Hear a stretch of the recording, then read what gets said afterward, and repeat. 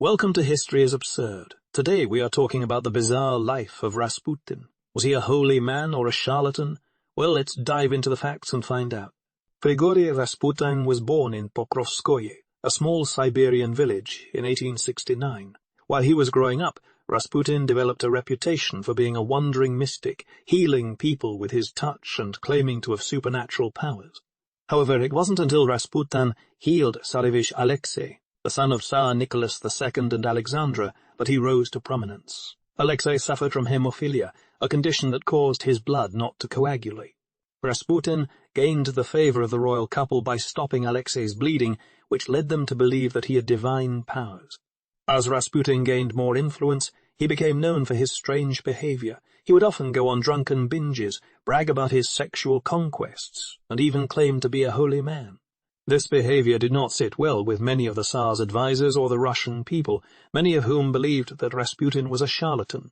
Rasputin's enemies were numerous and included many members of the Russian aristocracy, politicians, and even members of the royal family. They believed that Rasputin was a threat to the stability of Russia.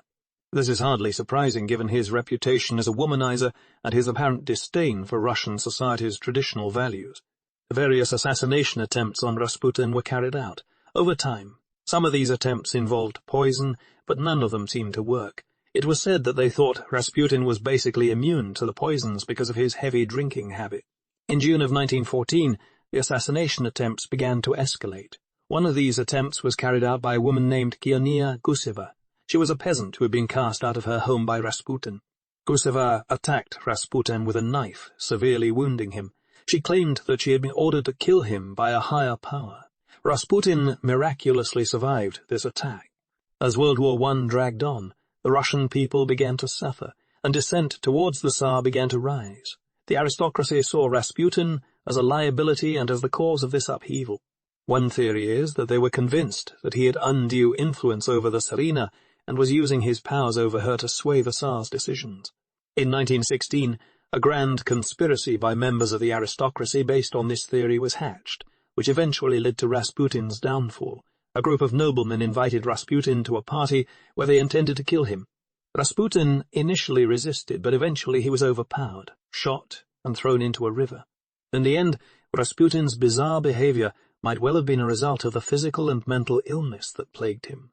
He suffered from an affliction which caused him severe pain and temporary paralysis, which also made him reliant on alcohol. Despite his many detractors, it's almost certain that Rasputin was a man of deep faith who genuinely believed that he had the power of God on his side. So, was Rasputin a holy man or a charlatan? The truth is, it's hard to say. While he claimed to have healing powers, there is obviously no evidence to support this. His behavior was erratic, and he was known for his sexual escapades. That's not to even mention the harm he caused on Russian society as a whole. However, the fact remains that he did have a healing effect on Alexei and held considerable influence over the Russian court. Thanks for watching. We'll see you next time. And always remember, the past was the worst. Oh, hello there, dear viewer. Still here, are we? Well, thank you for watching, and I hope you enjoyed the video. If you're looking for more content, here's what the YouTube gods think you will want next.